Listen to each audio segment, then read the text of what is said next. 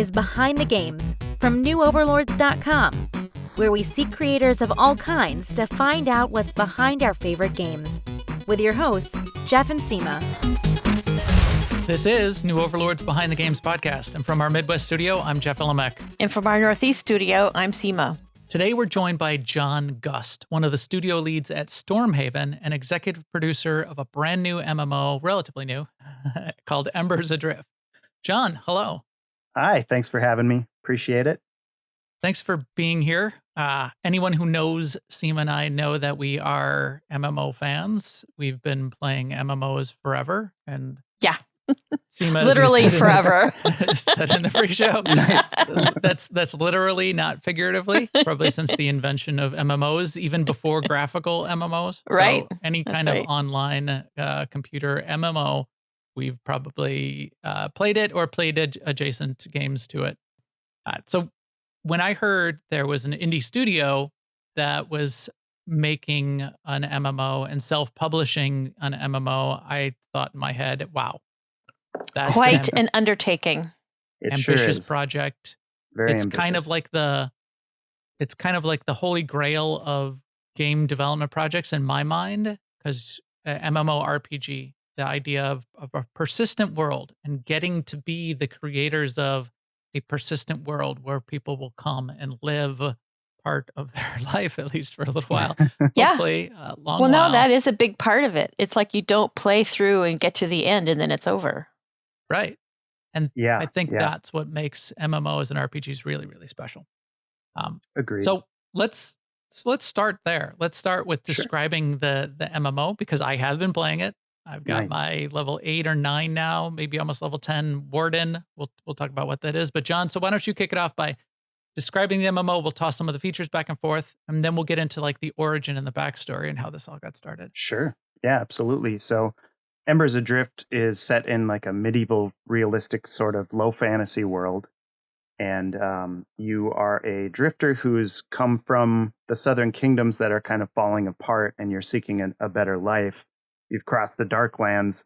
Unbeknownst to you, it was like the most horrible journey you've ever taken. One you'd probably only take in ignorance. So now you've found yourself, through the Darklands and across a giant chasm. You've found New Haven, and you start in New Haven Valley, and you're like, wow, never going back there again to the Darklands. But yeah, now you're starting your new life here in New Haven. It's relatively new itself, so there's not a lot of exploration. The odd thing is that you find these ruins everywhere throughout the game. You're not sure what they're for, where they came from. There's actually quite a few mysteries. There's these strange, they're called hallows in the game, but you're not really sure what they are. At nighttime, these strange creatures show up around them, and no one knows what they are. And so you're right. We are building like a literal world that has, it's got its origin of what gives things life. Got kind of a story about what happened to kind of throw things into a bit of chaos. And those are the storylines that you're kind of exploring. You're looking through these ruins to try to find artifacts to tell you about what happened to the people who were here before you. You're trying to figure out who these others are. And you're trying to help New Haven establish themselves and survive. So that's kind of the whole point. There are obviously some enemies. People get exiled from New Haven when they do bad things that, can't be managed by the community themselves. So if you do really bad things, like the lore. Yeah, and the lore. Your character doesn't get exiled. But yeah, yes. So yet.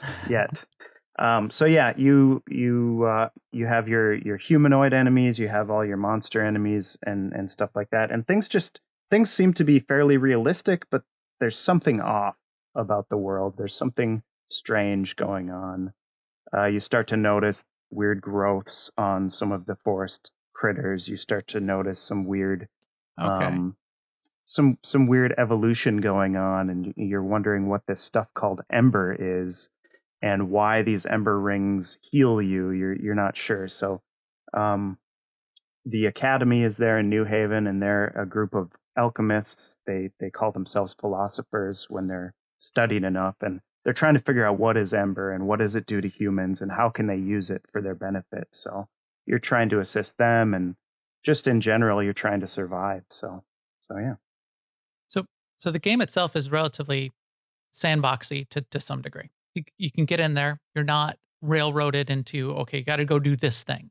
And Right. in that, and I did pick some of this up just playing through it. And I said I'm level 8 or 9 or so on my warden, which doesn't sound that high, but is significant. I played It's for a very while. significant. Yeah. And we'll talk about that, the progression rate and that kind of thing, and levels, and that's sort of like the journey, which is the enjoyable a key enjoyable part of the game. But the lore part is, it's not like thrown in your face. There's not like a cutscene. You don't like have Right. to. You could ignore it. You could just I don't know. I showed up here. I don't know what's going on. I just I see some. There's resources on the ground. I got to pick those up. I wonder if I can craft something with these. Yes, I can. I can make money. Money. I don't know. Ember, blah, blah, blah.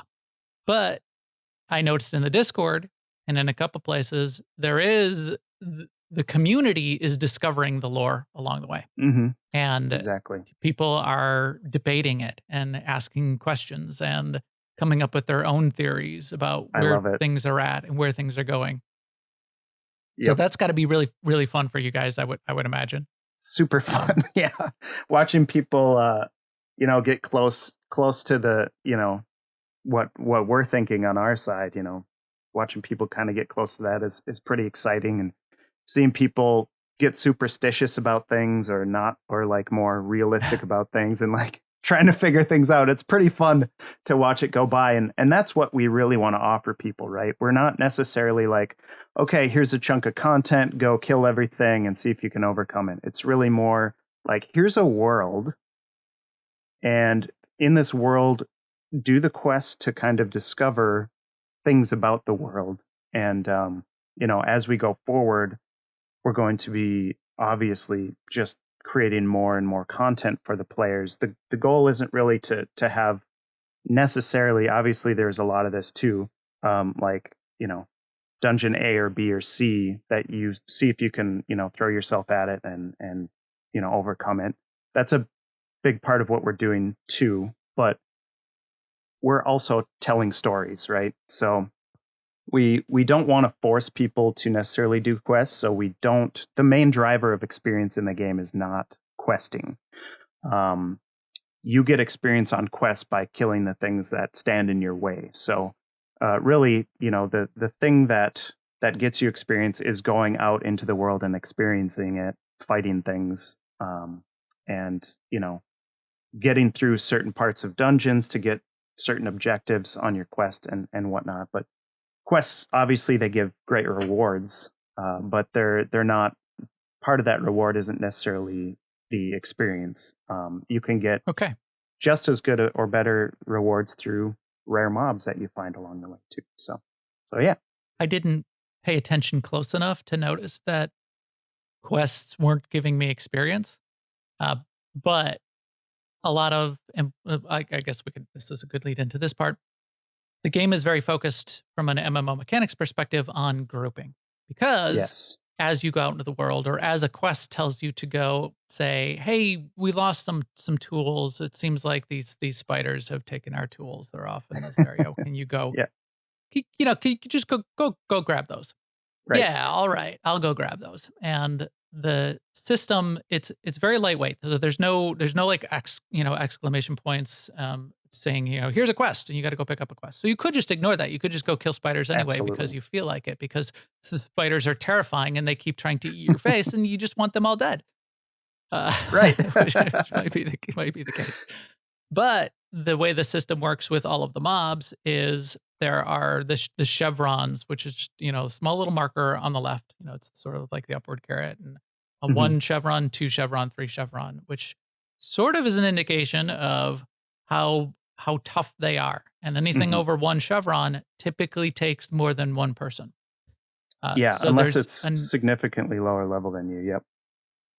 Right, significantly lower level, and then there's a color system of those chevrons to tell you a little bit of the level difference to you, but they're not like big level numbers or that kind of thing. So it's tough to figure out. You may have to run away quite a bit if you think you Yeah. can take on a blue 2 chevron spider.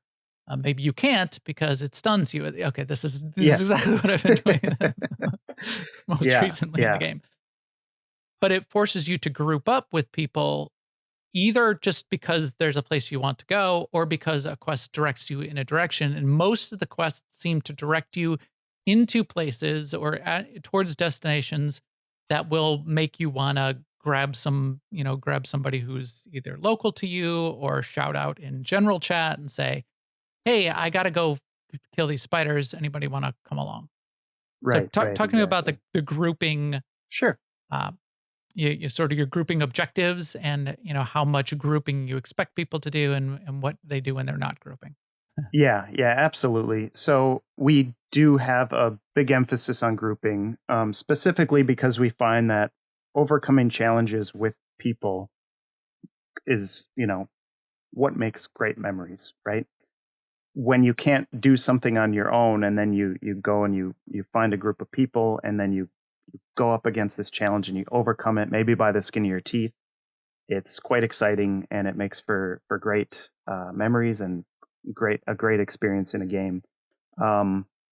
We also, we didn't want to necessarily force people to quest, and we kind of found that when we started putting quests in, people were starting to just group around quest objectives, which wasn't necessarily what we wanted. We really wanted to kind of just offer this open world for people and just say, hey, this is a new world. Go explore it. Go do whatever you want. So we did have some pushback against the, hey, like this quest requires a group at this point, and it's a mob that you have to camp to finish the quest. And so people were just, instead of like saying, hey, I want to group up and go do this spider dungeon, or I want to go do this dungeon, they were grouping up just to do this quest objective, and then the group would break up. Well, we didn't really want groups to just break up like that just because they finished an objective on a quest. So you're right. We do want to kind of bring people together. That's the whole point of the game. That's why we don't have PvP. We don't want anything in the game to divide people or segregate people. So it's really just focused around player versus environment, and everything in the game is kind of designed to bring people together and put them in social situations together. Even the Ember rings that's their purpose. So occasionally you'll be fighting and you'll get wounds, or you'll go down. You'll have to go back to an Ember ring and sit down. So lots of people get wounds, and they all have to come back to the Ember ring. And maybe you were doing something solo and you couldn't do it on your own. Now you're at the Ember ring. You're recovering. And you ask, hey, I'll help you with that thing if you'll come help me with this thing, or whatever it may be. But yeah, so, Okay. there are a lot of solo opportunities in the game. We're not necessarily against the solo experience, especially if, you log in, you only have a half hour. Crafting is largely solo. Of course, you can do all the crafts with your one account. So you can basically provide and craft everything just between your three characters. But you do rely on other people or other sources for all the things that you need to craft. So get in the game, you can gather all the stuff solo that you need for crafting. Even imbued stuff, you have just as good a chance to get like we call it Ember Flux. It's a special item that you need to make an imbued recipe for crafting. So yeah, you can go out and you can get all those materials from 1 chevron mobs or 3 chevron or 2 chevron mobs. You don't have to just hunt, in the dungeons or the grouping areas to get your your stuff. So yeah, if you just want to go on in solo, you can do that. But if you really want to kind of take on some of the harder challenges, you'll have to group up and dive into a dungeon with other people. So that, I would say, is one of the key sort of differentiating factors of Embers Adrift. from some the feel that I'm getting so far, in a good way, and it is kind of, it's relatively open, relatively sandbox. You're not forced into it by any means. And I have played, in fact, I've played mostly solo, but I do get the feel and I do get the drive to find some groups. And then when you do get a group together,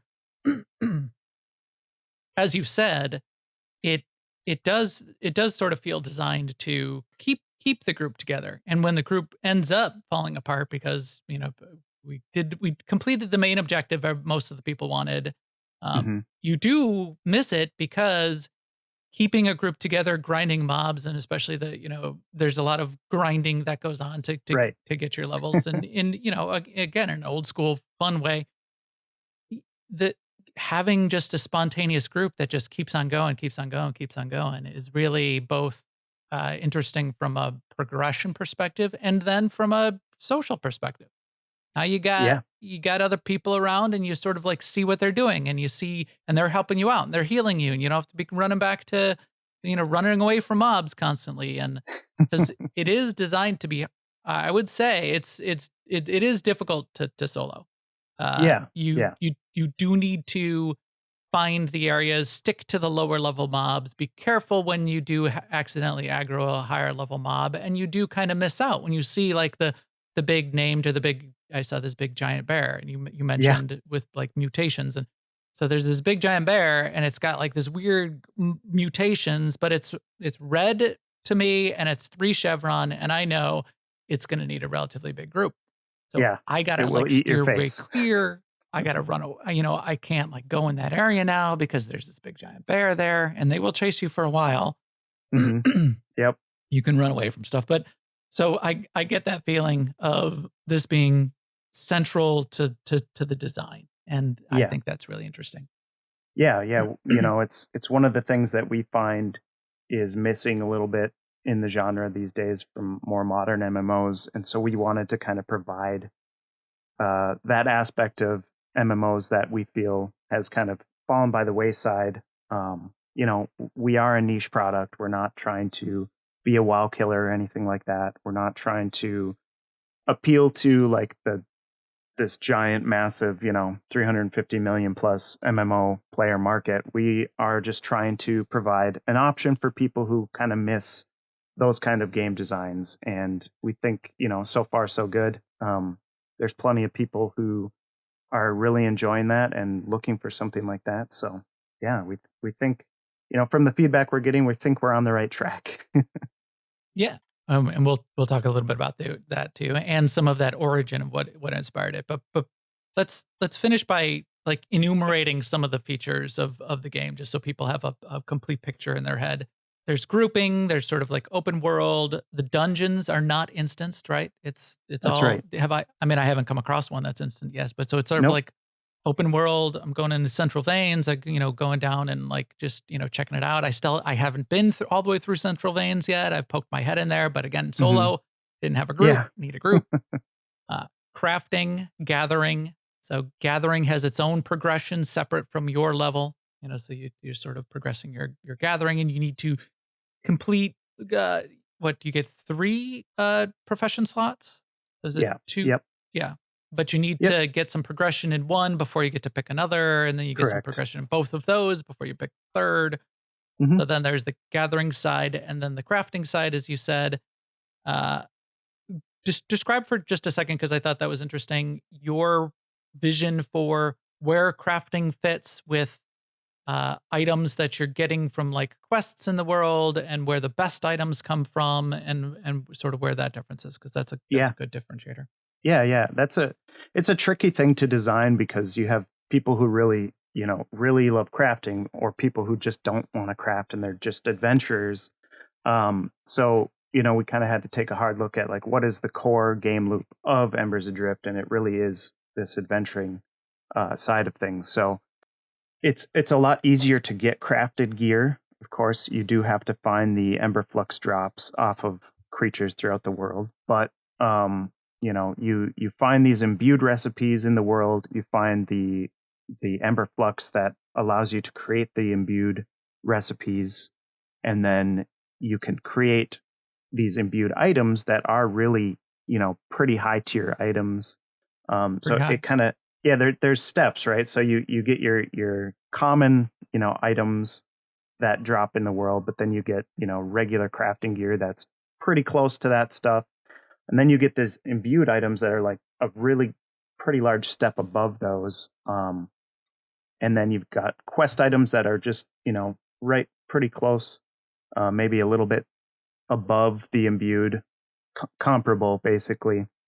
And then kind of the king of the heap is the rare items off of rare mobs out in the world. So but then again, you throw in, epic quests and those kinds of things too. So then those quest items are like up here too. So it's, it's, and there are epic quests that net recipes for crafters as well. So, It seemed to me the community's perspective was pretty much that the crafting was still very, very valuable. And it was really high up there, which I think is positive.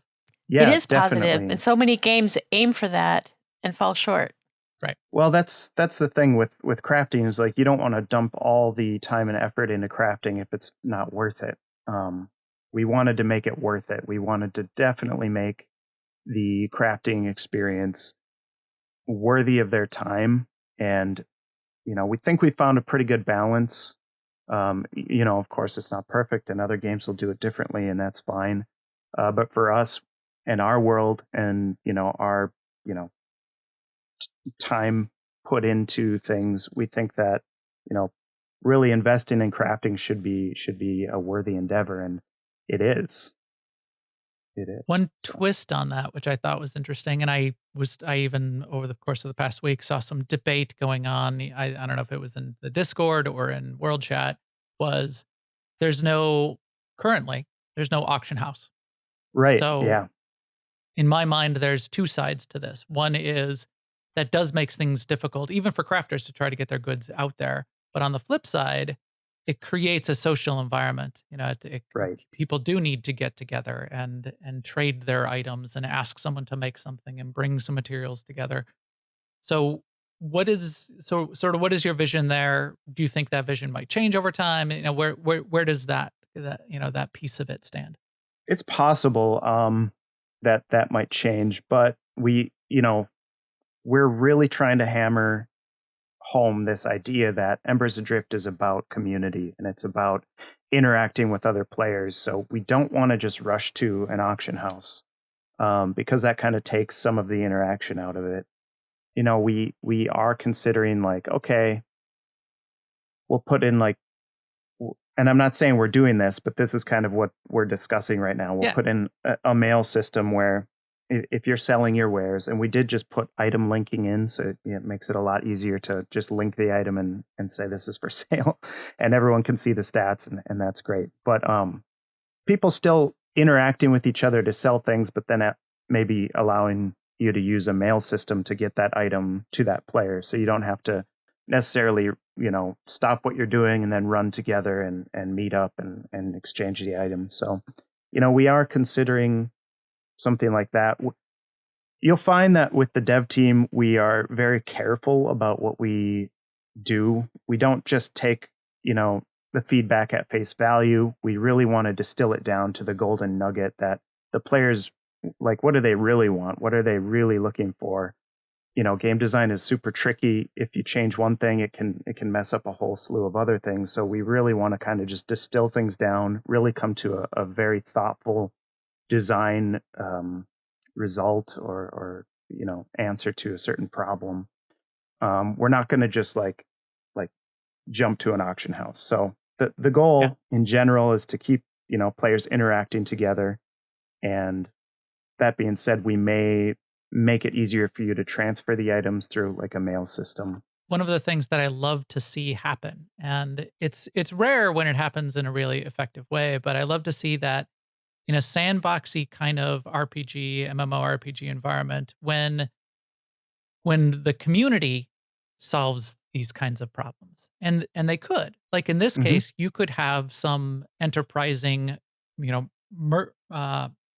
merchant class of people, just RP merchants come into play that would say, I'll be that broker between the crafter and the person who wants the item. I will transport it. I will hold it in escrow, and you know, and do the two-phase commit.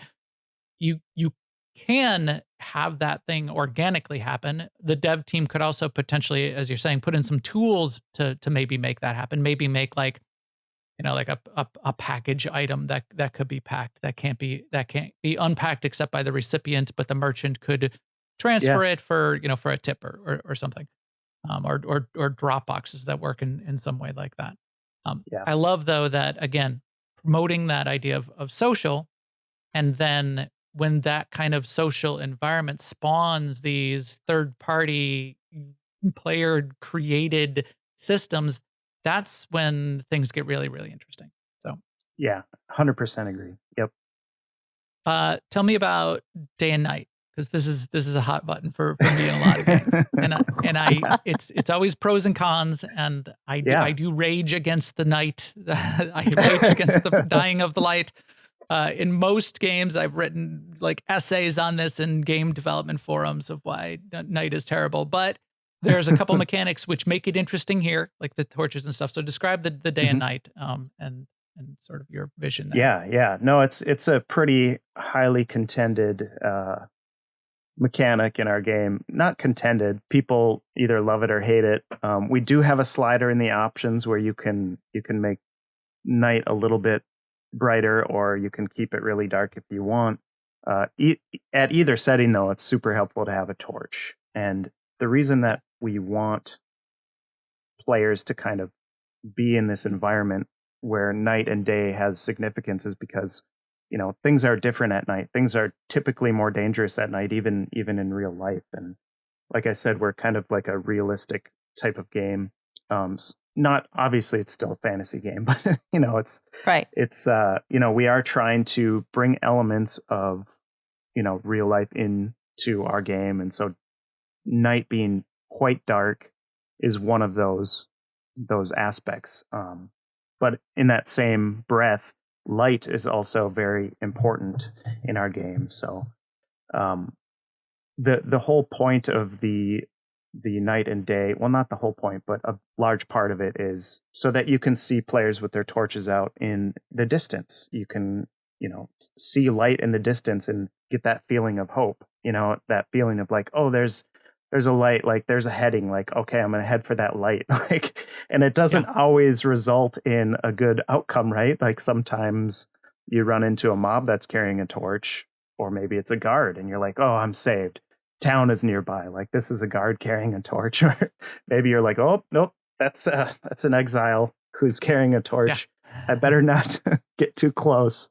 But then you can see groups of players as well running through, you know, in the distance with their torches out, and they can potentially help you. Some interesting mobs seem to only come out at night. I like the firefly creatures that came out at night.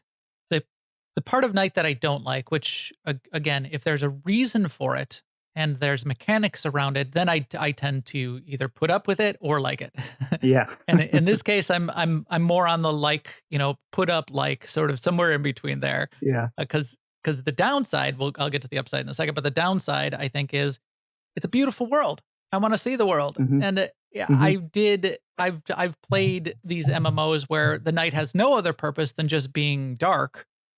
And in those cases, depending on how long the night is, and if you only are playing for, you know, a half hour, 45 minutes a night, you could play for days and never even see. I make these comments of like, why did you bother to even have textures and 4K texture maps in your game?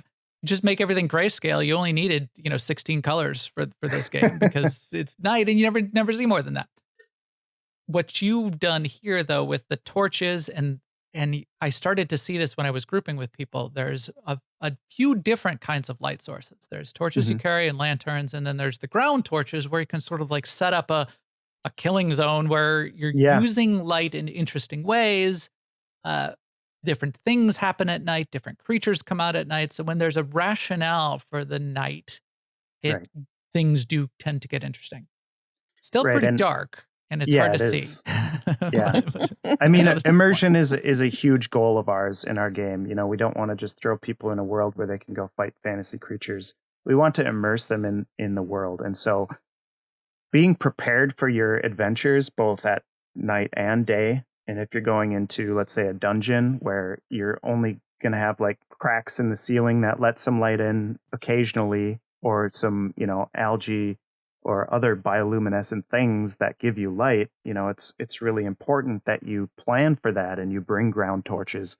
Like you said, one of my favorite items in the game is the ground torch, and that's simply because it helps manage the group and where we're fighting, because you can set up your torch and you can say, okay, pull the mobs back to here.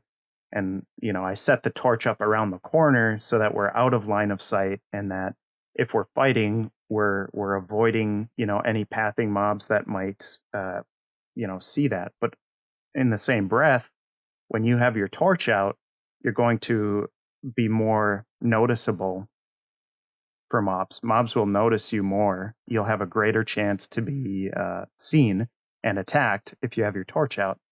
If your torch is away and you're crouching, you have even a less chance of, you know, being noticed and attacked. So you know, all these things matter in our game, and you're right. The immersive part of that is really important to our game. So night and day isn't just like, oh, we're just doing this because like we're doing it, but yeah, it's and even there, if the game is a simulation, it's, you know, you're trying to really be an immersive simulation, I'll put up with night as well. You know, so I play some of these space games and the planets actually rotate, so then it's, you know, you're on the dark side. Okay, fine, I get it. That's fine. Sure. I love the idea of the ground torch acting like a raid marker, which in so many games is just like a rune floating in the air for no specific reason other than you want it to be there. Yeah, and not everyone uses the ground torches.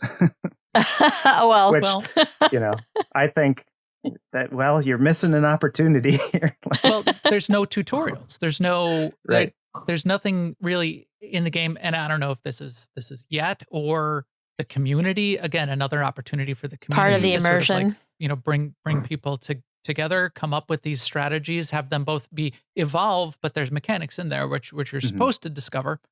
But yeah, no one says to you, hey, there's a ground torch. This is how it works. This is where and why you should use it. So, and you know, maybe an early NPC could say something like that. Otherwise, it's a great opportunity for the community to say, hey, this is how we do it. Don't forget, you got the ground torches. I'll do, you know, maybe I should make a YouTube video that'll get 1 million views because I top 10 tips for playing Embers Adrift. Like use and your subscribe. ground torches. Ground torches, #1. Yeah. So that kind of thing there. One really big thing that creates immersion for me is the sound. And for instance, in Lord of the Rings Online, I feel like their sound is very evocative, the music and also the ambient sounds. How do you guys approach sound design? Do you do it in-house? Do you do it yourself? Or do you... We have a composer who we work with, James Stratton Crowley. He's amazing. We also, you know, as far as ambient goes, like we do have our own. Ambient is different during the nighttime than it is during the day. But also we've taken these original pieces that James has composed for us, and we've had him decompose them. So what that kind of means is we've kind of separated different parts of each track out. So when you're in the game and you're fighting, certain tracks will have different tracks come in for combat, or for when you're by an ember ring, or for, you know, when you're exploring at nighttime versus daytime. So you'll hear the same song, but it has different aspects of it playing depending on what you're doing. So I 100% agree. I think, you know, the music and ambient sounds is a huge part of helping people kind of immerse into the game. And plays right into that kind of nighttime thing, as you said. You know, if the night sounds different, and if the directional ambient sound, if I could hear that spider coming up behind me, it would both be terrifying but potentially helpful. Yeah, definitely. Okay, we've talked a ton about the game because it's fascinating, and MMOs are these giant worlds. So I know we're just gonna skip over more, but I do want to get to some of the backstory. But it's a huge Sure. map, it's a huge world, it's a ton to explore. One of the things which I think feeds into my intro question about the origin is it's also very slow leveling. It's sort of like old school speed of leveling. There's grinding to get to the quest mob. So a lot of these, I keep saying old school, but I think what we're realizing is this doesn't have to be old in any way. This could be just the features that are associated with old school, but might be part of the modern MMOs going forward because And I think there's like an understanding out there in the world that people don't want these slower mechanisms. And I think what you're doing is sort of saying, well, yeah, not everybody wants them, but enough Right. people want them. Right. Yeah. So why don't you talk about the origin of the studio, Sure. the origin of the game, and the original inspiration, sort of how it all when and how Sure. it all got started. Yeah, I mean, we were just a kind of a group of people playing the EQ emulator back in the day, because as time has gone on, some of the MMOs have kind of lost some things as they've gone, and sometimes people kind of yearn for those kinds of things, but it really came down to figuring like what actually is it about these older MMOs that we loved so much, and maybe we can take those things, not take them, but like try to figure out what's the main question or what's the main problem, and try to solve that problem, and add the quality of life features in that we thought don't break that design philosophy.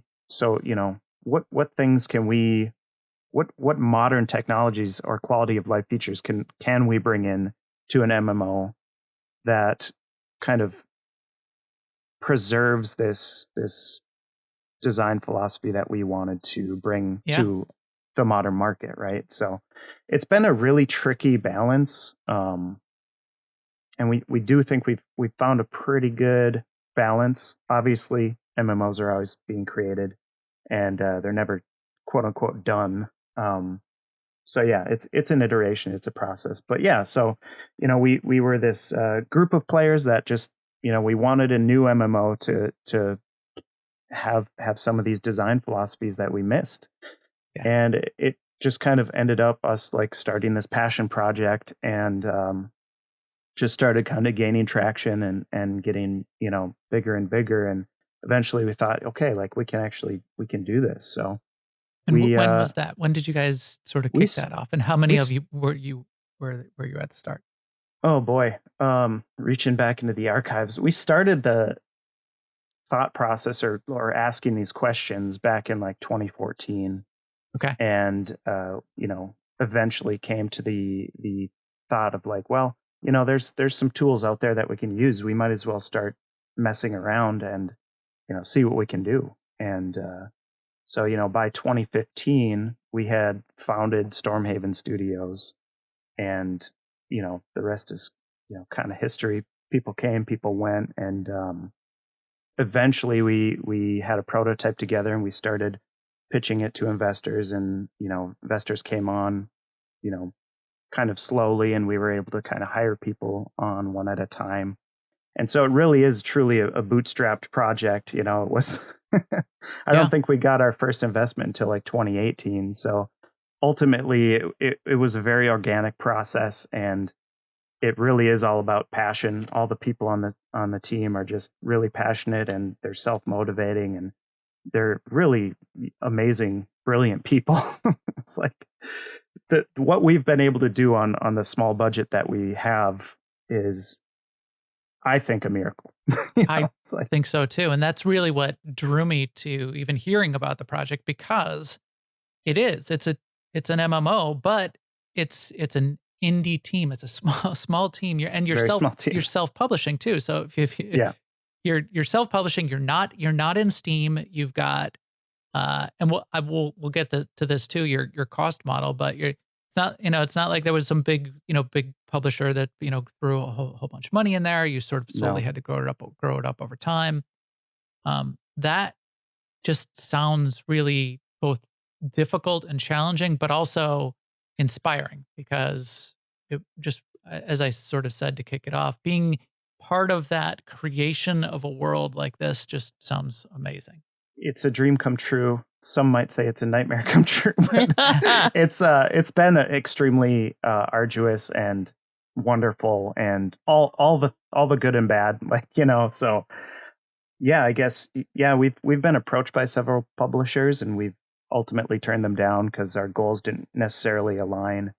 Essentially, we really wanted to preserve this idea that hey, we're making this project that really is for the gamers, and it's built by gamers, and we have a very specific design that we're trying to bring to the market. And so far, it's working well. And I think as we've had some publishers reach out to us recently too, and I think they're kind of starting to get it.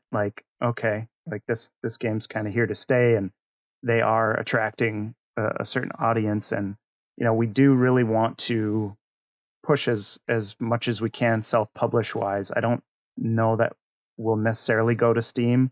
Things seem to be going fine right now, and there's pros and cons to doing that. There is pros and cons, and it's always there for us if we ever need it. But that's we're pretty happy about the direction that we've gone so far. We've got super talented people on our team that can kind of provide for us the things that we need provided, and it's just it's been crazy. It's been really awesome, and So about how big is the team now? So as so current state, and you released 2 months ago, right? It's been a month and a half, 2 months, month and a half. Okay. Yep. So we've got let's see, it's about 13.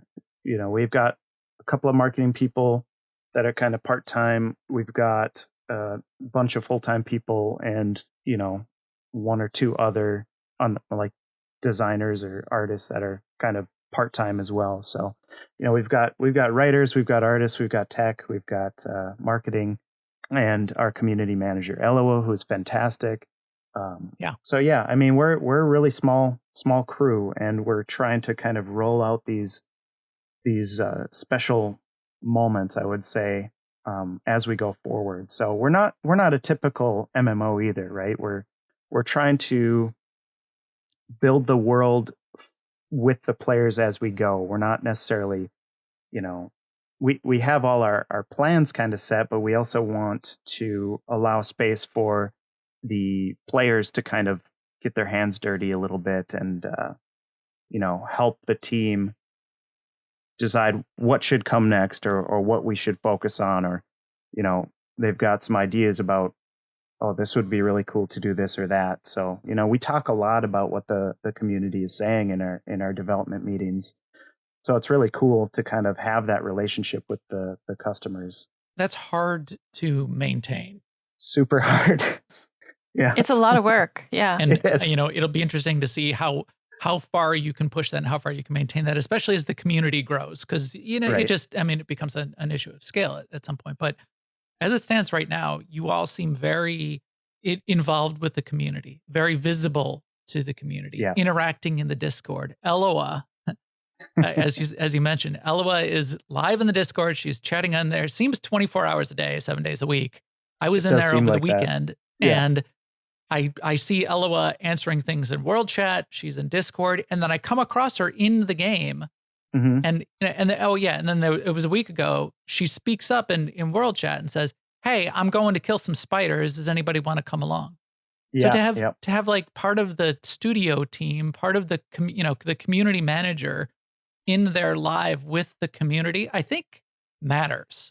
Right. And right. Yeah. you all, I've seen part of your team in the Discord answering question. That matters. You will get as communities get bigger and bigger, and you even see some of this sort of head-to-head people sort of like fighting about features and what this what these games should do, blah, blah, blah, blah, blah, kind of There's thing. A lot of opinions out there on the internet. It can end up as a point for a dev team where there's a lot of friction, and that's when you need to start putting insulating layers so people can get their job done. Right. So you may I could foresee you may be getting to that point at some point, but it's really refreshing how involved and how visible you all are right now. Yeah. I mean, we can only do what we can do, and we want to be as communicative and relational with the players as possible. I have had to kind of say, like, hey, dev team, make sure you're preserving your time and that you're actually like able to keep working on the development part of things rather than just having conversations with the players all day, which, I think we've kind of been able to kind of manage that a little bit. The players all know, and we've said many times, like, hey, we are going to read these things, we are going to respond when we can, but we only have 24 hours in a day like everyone else. So, just know that we are here and we are, reading these things. Like, there's a feedback section. I read every single feedback post that gets put into the Discord, and we do talk about them. So it's a give and take. It's kind of an understanding, like the community knows that we're there, but they also know that we might not respond to everything. And it's been a balance, but I think we've struck a pretty good balance, and hopefully we can keep doing that into the future. But you're right, like, us playing the game is really important. People need to know that we're playing the game. So I'm in playing as much as I can. Obviously not as much as I'd like to, because we did make the game that we want to play, so we do play it. But a lot of our playtime is also on the QA server together as a team, kind of testing things like a week or two before they get launched.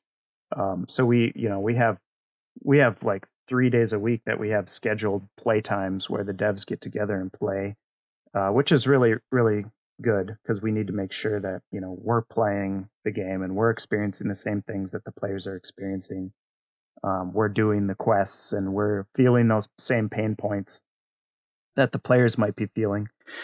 So yeah, I mean, you'll see a lot of us in the game grouping up with people and playing, especially Aloha being the community manager. She's very visible, and I'm very grateful to her that she's in there quite frequently. She's in there, she's playing, she's streaming, she's answering questions. It's just wonderful. Yeah, she's got some great videos, and she's the streaming she does, I think, is a big component of it as well. The idea of the community sort of, and the community does seem really positive right now. Again, as it grows, you'll always get tough points of friction across that. But one of the things you were describing in terms of your development model, your roadmap, where the game is going, and bring the community along on a journey of even a development journey, that seemed really refreshing and positive as well. But also a difference. So describe that in one more layer down of large releases. We're going to have once a year we're going to have an expansion. And versus ongoing releases, especially in the context of, and I meant to mention this earlier, of you purchase the game and then you have a monthly subscription, and that's the entire monetization model. That's right. it. Yep, so that's it. with that in mind, describe that sort of like journey of content. Yeah, absolutely. So, we're a purchase and a subscription model game, and part of that is we feel that model is the best relationship between the player and the developer. We want the players to know that we as devs, we're not putting their time or their money and our time into maintaining a digital storefront. We're not creating items for people to buy. We're not, there's no pay to win going on. Everyone comes into the game on equal footing. And we're not wasting our time doing things that don't add more to the game. So there are plenty of games where the free to play cash shop model works great. We felt that in our game, since you're there, you're developing a character, you're investing a lot of time. We feel that our model is the best for saying, you're going to support us and we're going to support you by putting more of what you love into the game. So the subscription is really there so that we can keep putting more gameplay content into the game, and we can focus on that. And it's you know it's all about, I don't know, having a sort of you support me, I'll support you, symbiotic type of a relationship. So I think especially with your small team, mhm. I'm not opposed to cash shops and in any way. In fact, I've had discussions at multiple episodes of this without some of those kinds of like free to play systems and cash shops, and some games just wouldn't get made. Right. What I'm hearing you describe though is, especially with a small team, it really gives you guys focus. Right. It gives you guys focus because now you don't have to worry about, well, what's the next cosmetic thing that we're going to put in the cash shop. And yeah, I mean, if our whole goal is to focus on that so that the studio could continue to operate, that would be a big problem. yeah, we have limited a problem for balance. A exactly. problem for time investment and resources and who's going to do what. Yeah, exactly. Yeah, so we get to focus. All of our development is focused on either fixing the bugs that people are experiencing, or like, what are we going to do next? What thing are we going to bring out of our plans that we're going to present to the player next? And it's really for us, it's a great motivator. But yeah, I mean, ultimately, like the whole idea is like, you pay a subscription so that you can play the game and you can watch the storylines unfold, and you can go on this adventure with us. Like, we're all together on this adventure. And so basically, normal releases are things like new quests and new zones and new creatures.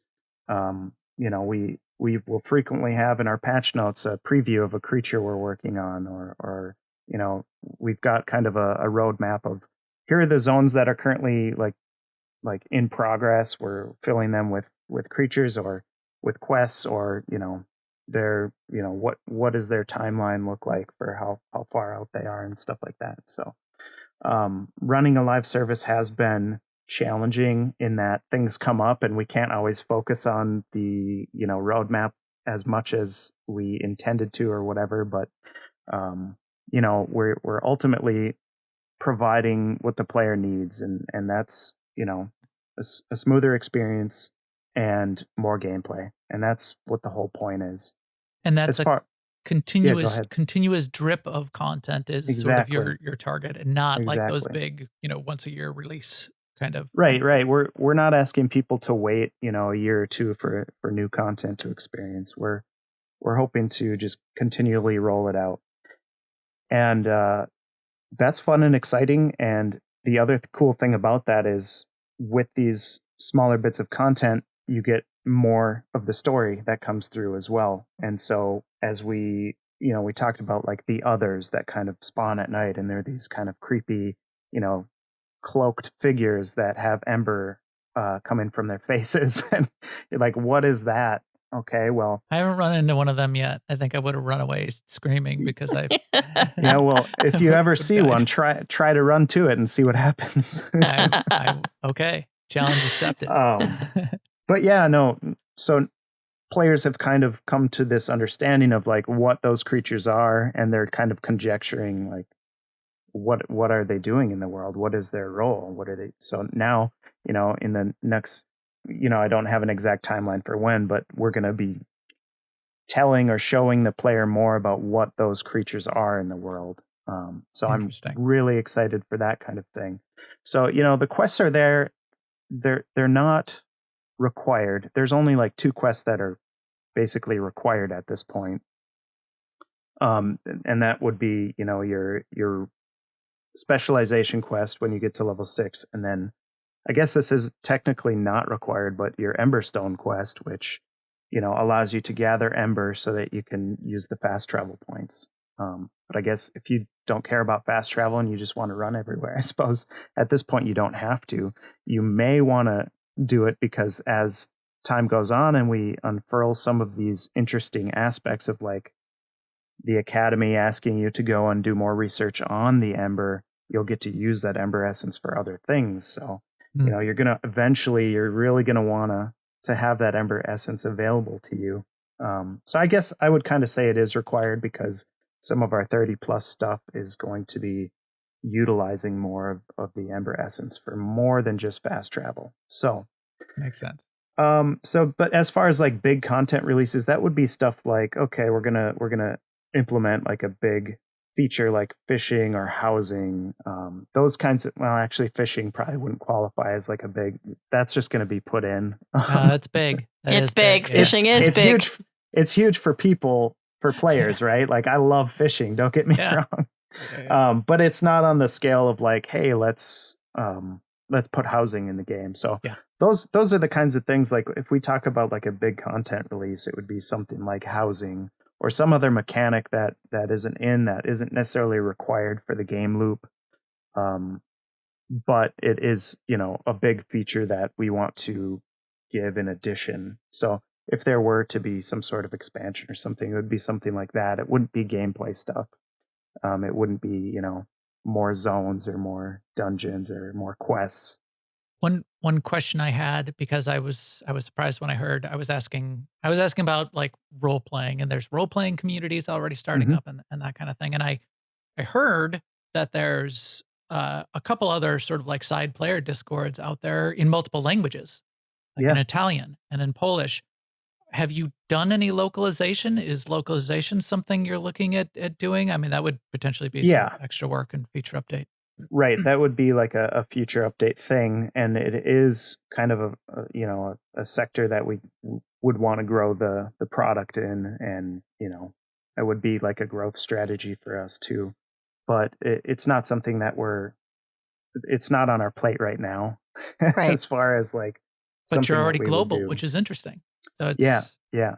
So it's a single server, or do you?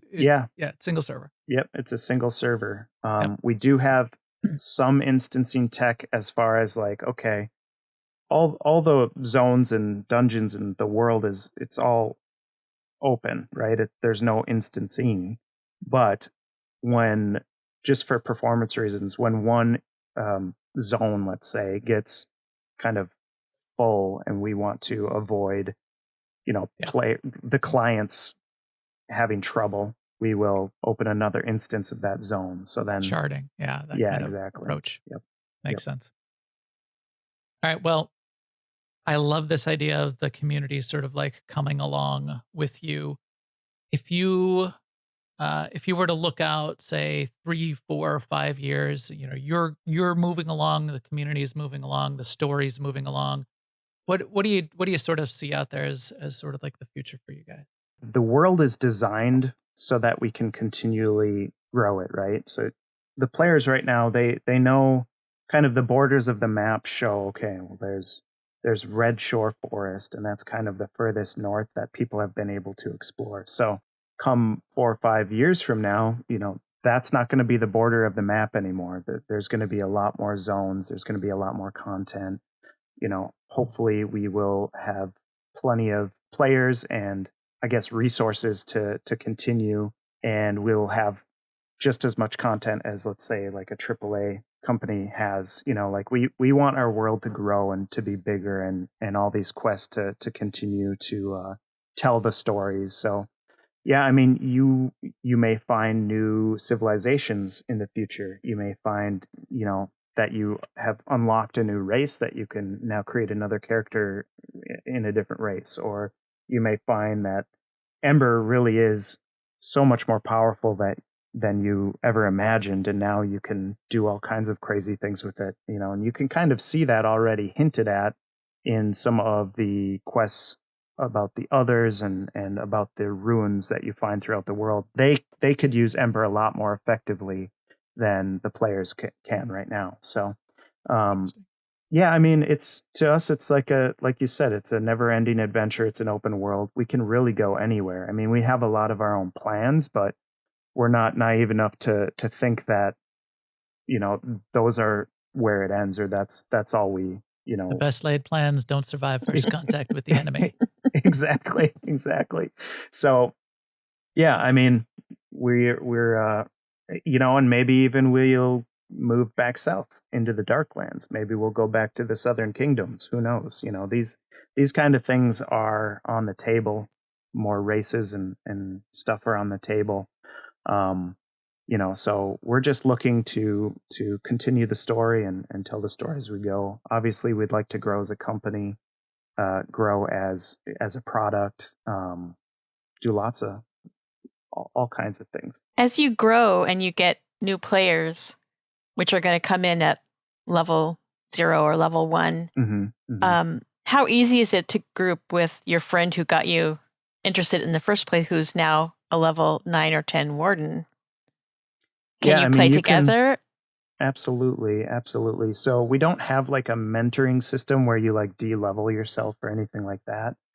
But if you're within, so like I would say like 14 levels of your friend, 13 or 14 levels of your friend, you can still group with them and both be getting experience. Now, of course, that being said, your experience that you gain from each creature is dependent on that creature and you. It's not dependent on like anyone else in the group. So if your friend is, let's say, level 25 and you're level 1, they can come and group with you and help you, kill the things and get the experience.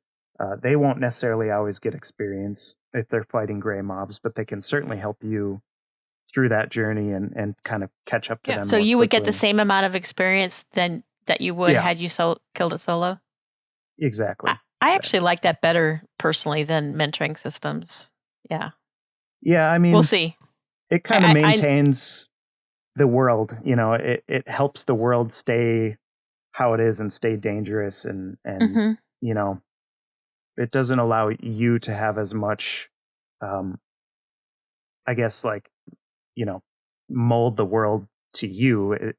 It maintains that the world is dangerous and the world is what it is, and you are trying to make your way through it, not the other way around.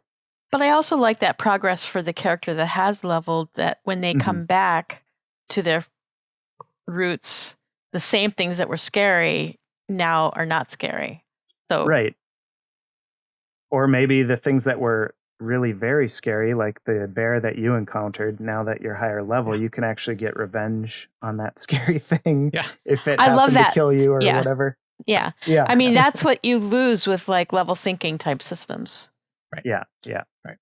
So we're not as interested in going down that path. I mean, obviously, there are tons of people who are asking for it, and we'll kind of have to cross that bridge when we get to it.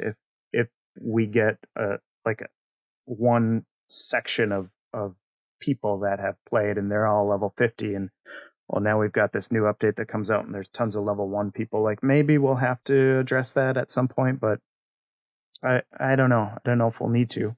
We're obviously keeping an eye on things, and as developers, we want to be agile enough to, solve the problems that present themselves. But we're not just going to change things just because. So, and being mindful in that way, I think is really positive. Yeah. So as we sort of said in the beginning, I love this idea of creating a world, and it seems like such a great adventure. So congratulations, you guys, on launching that.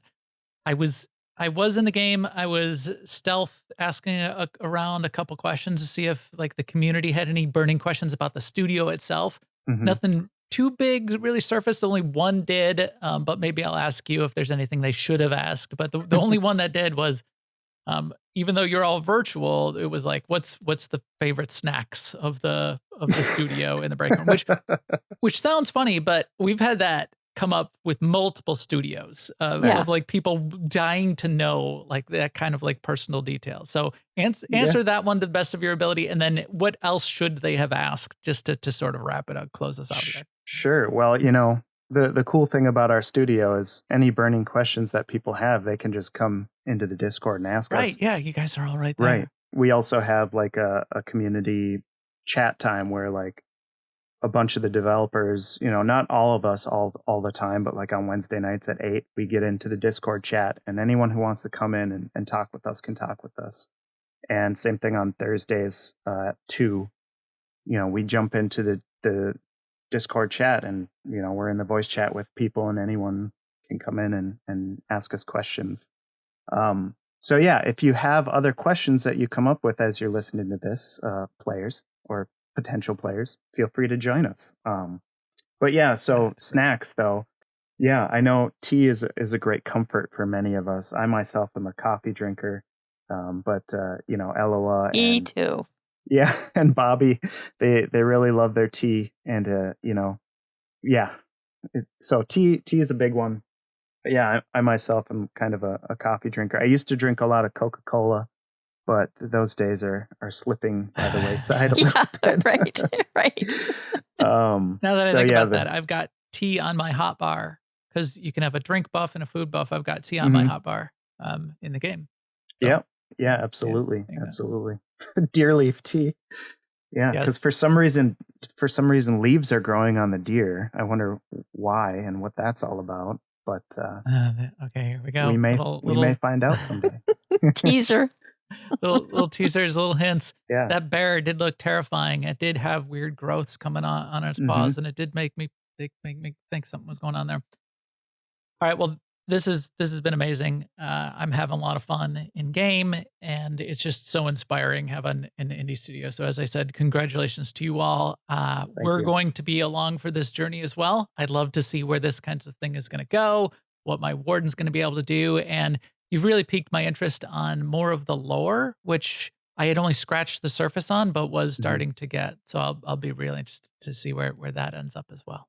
If there are NPCs that talk to you, even if they're merchants, a lot of times they have something special to say. So, I would really encourage anyone listening to really talk to everyone in New Haven, everyone in New Haven Valley. Everyone's got kind of something to say.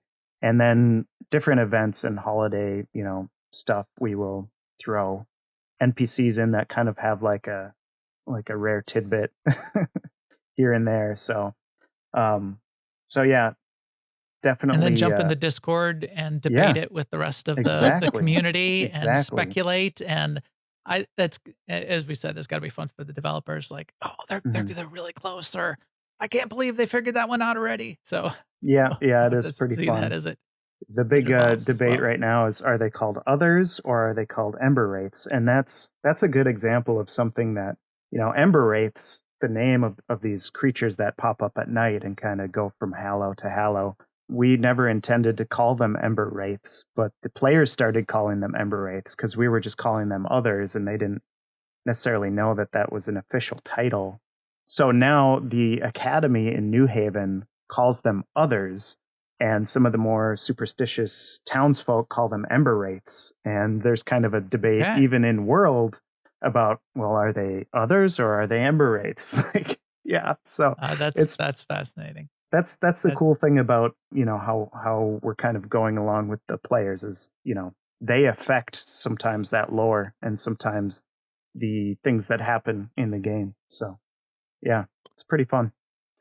Well, we'll have to stay connected, and as things evolve, 6 months from now, 12 months from now, we'll catch back up and see how things have changed. I think that's going to be fascinating. Awesome. I'm looking forward to it. So yeah, thanks a ton. Thanks for coming on. And thank you. Good luck. Congratulations. And we'll talk to you soon. Yeah. Take excellent. Care. Thanks for having me. This has been a New Overlords production. For more, please visit newoverlords.com for video, subscribe and feed links, and other ways to help the show.